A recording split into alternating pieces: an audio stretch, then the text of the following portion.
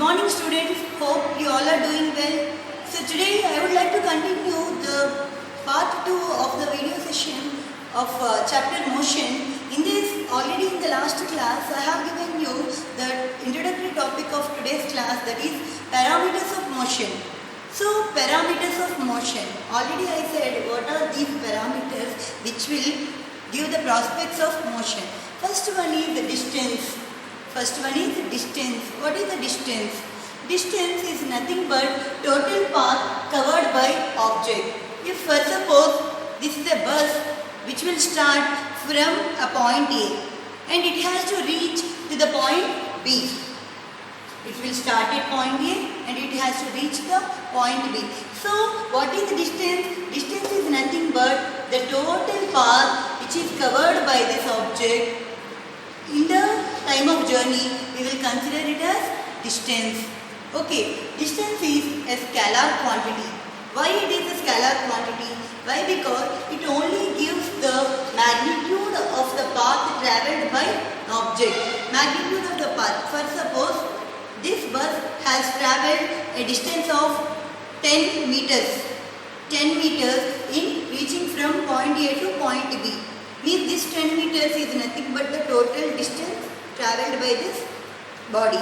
So the SI unit of the distance is meter or kilometer. What is SI unit? SI unit means Standard International Unit. Okay, the Standard International Unit of distance is meter or kilometer. Meter or kilometer. Okay, coming to the next parameter of the motion, that is displacement. What is displacement? Displacement is nothing but shortest path covered by any object or body. What is the shortest path? For suppose a point A is here, point B is here. This bus can travel in any way to reach the point B. Any way, this way or this way, any way it can travel. But what is the displacement of this body is nothing but shortest path. In order to reach the B from point A, what is the shortest path this bus has taken to cover its journey? That is called displacement. And we will say this path along with the direction. For suppose the bus travelled 5 meters of distance in the north direction from point A to B. Means this 5 meter value is nothing but displacement of the object. Why? Because here I am mentioning the direction north. It will travel north direction to reach point B from point A, and it covered 5 meters of distance. Here the distance is nothing but displacement you have to consider. So here the displacement is nothing but vector quantity. What is the vector quantity? It has both magnitude and direction.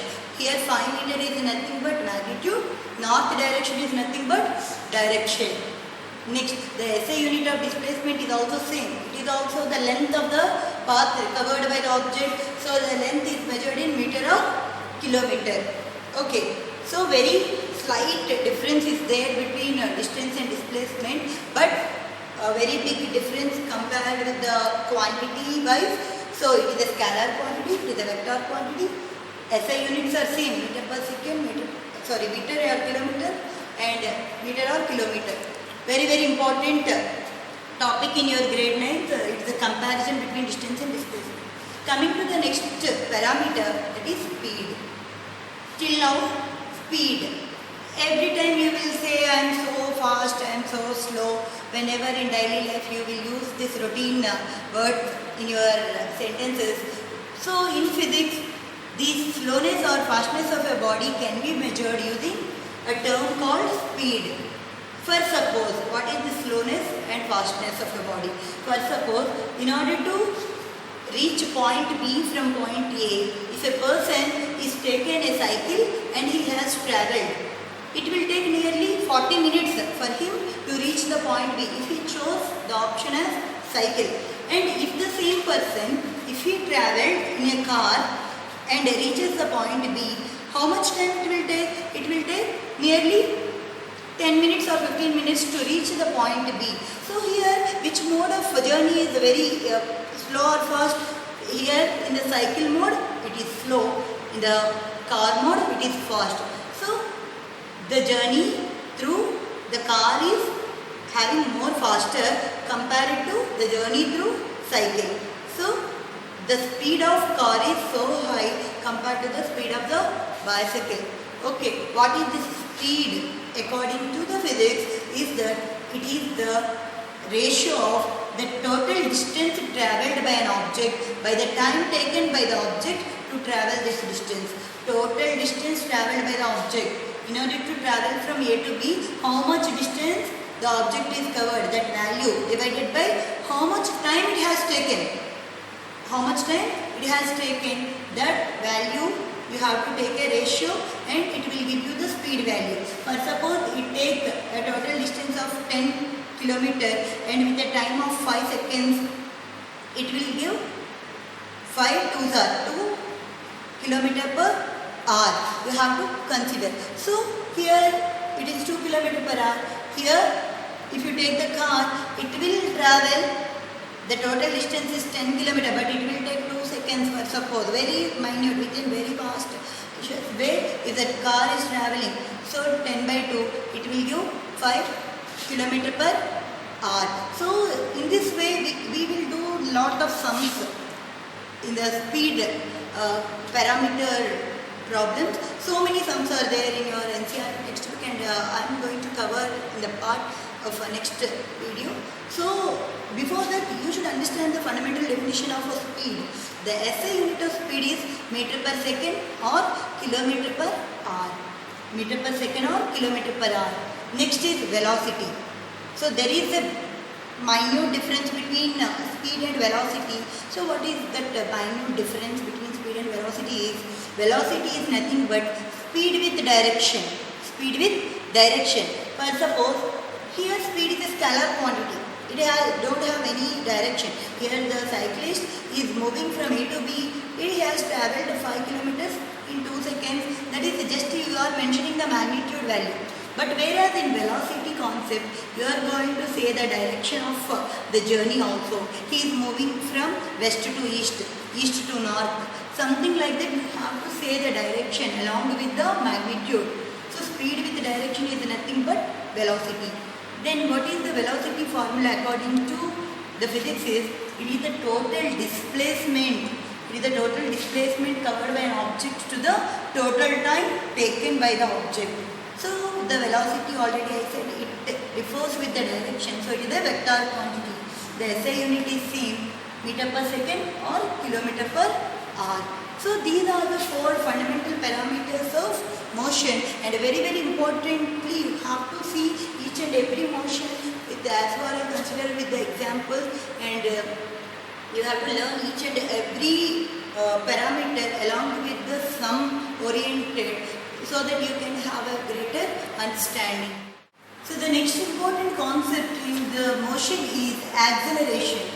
What is acceleration? Students, it is the rate of change in the velocity.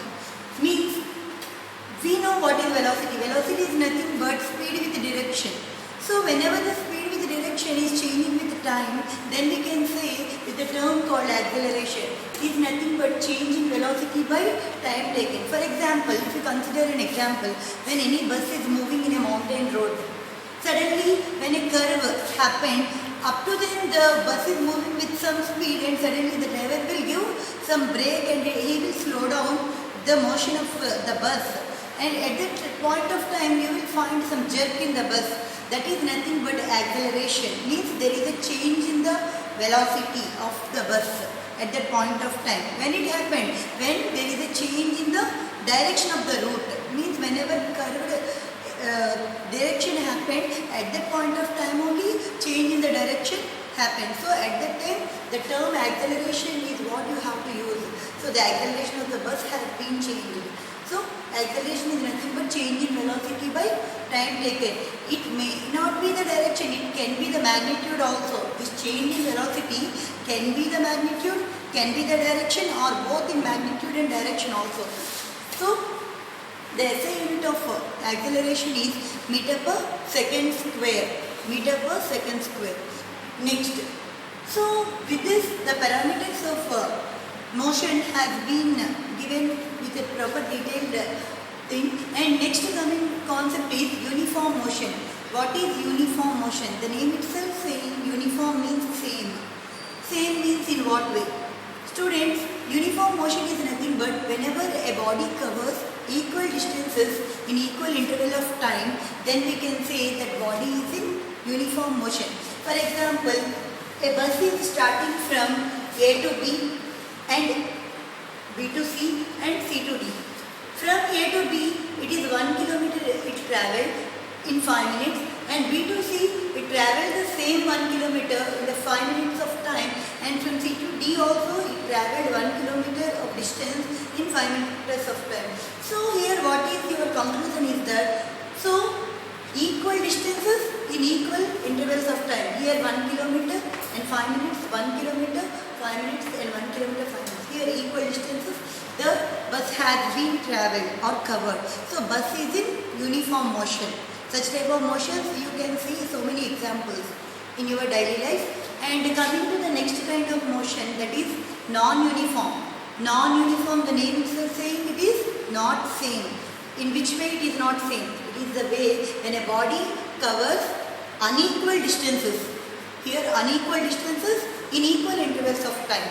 Means if the same bus travel from A to B, again from B to C and C to D, and it took 5 minutes of time to cover 5 kilometers of distance from A to B, and with the same 5 minutes if it took 2 kilometers of distance, means here the distances are not same. Here 5, here 2, and again from C to D it took 5 minutes of time to cover 3 kilometers. Here the journey happened with unequal distances in equal intervals of time. So the bus motion we can say it as non-uniform motion. So non-uniform motion, you can see any car if it is going in a crowded areas. It's a live example you can see in market roads. If a car is moving, suddenly we will move a little bit more distance with same time, and at the same point of time a little less distance in 5 minutes. It can happen in regular routine. You can have so many examples considering with the non-uniform motion, but these two kinds of motions are very important as per the syllabus, and we can do lot of sums regarding the uniform motion and non-uniform motion in the coming video. Thank you for watching this. So the next concept is equations of motion. So what is this equations of motion is that they are also called as kinematic equations of motion.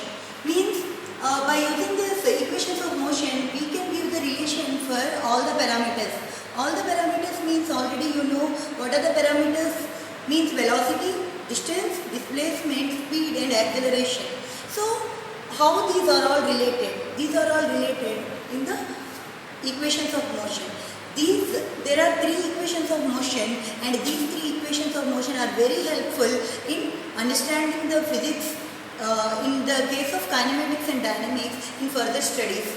So students, please make sure that you have to do this equations of motion, practice a little bit more regarding with the examples also.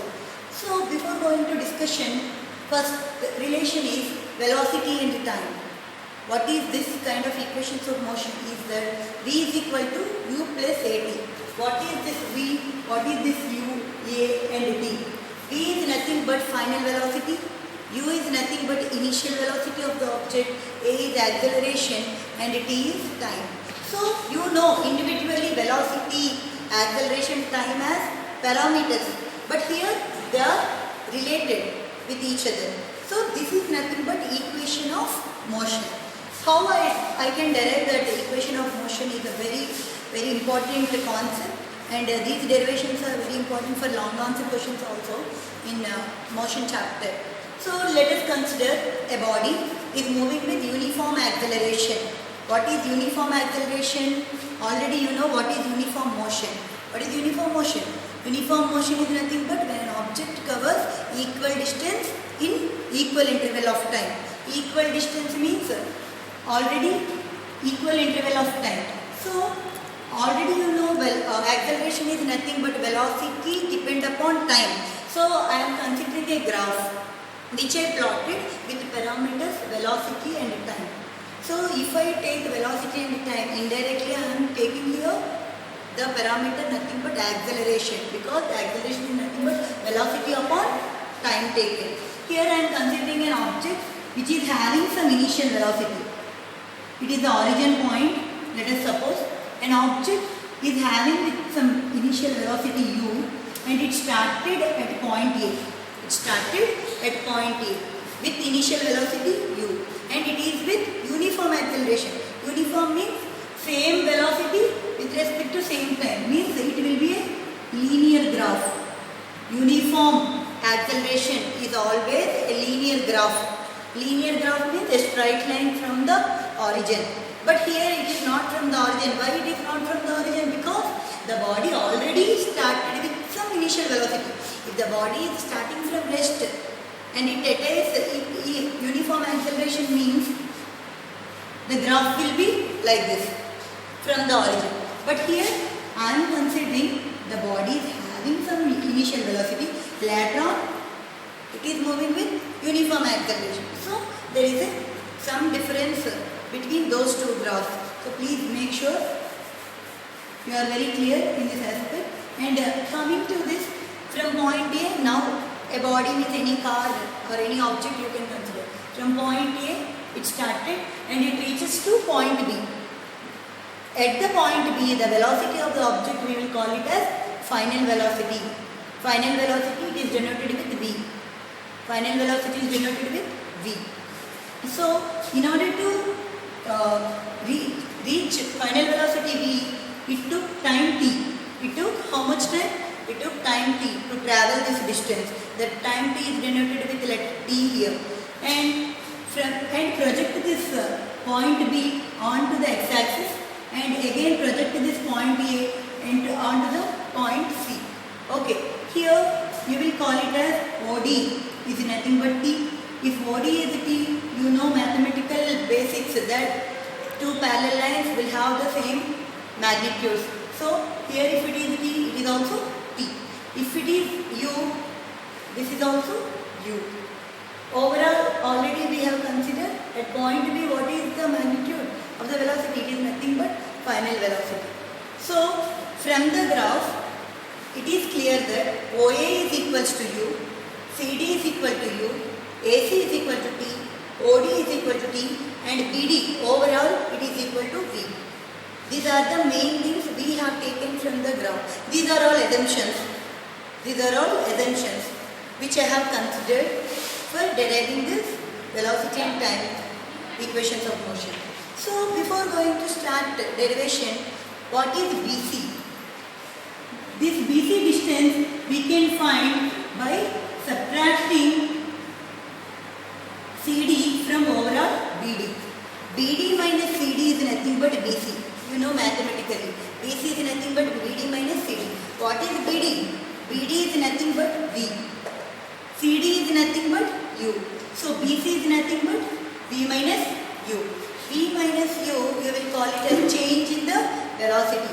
Final velocity minus initial velocity. Change in the velocity. Consider it as equation 1.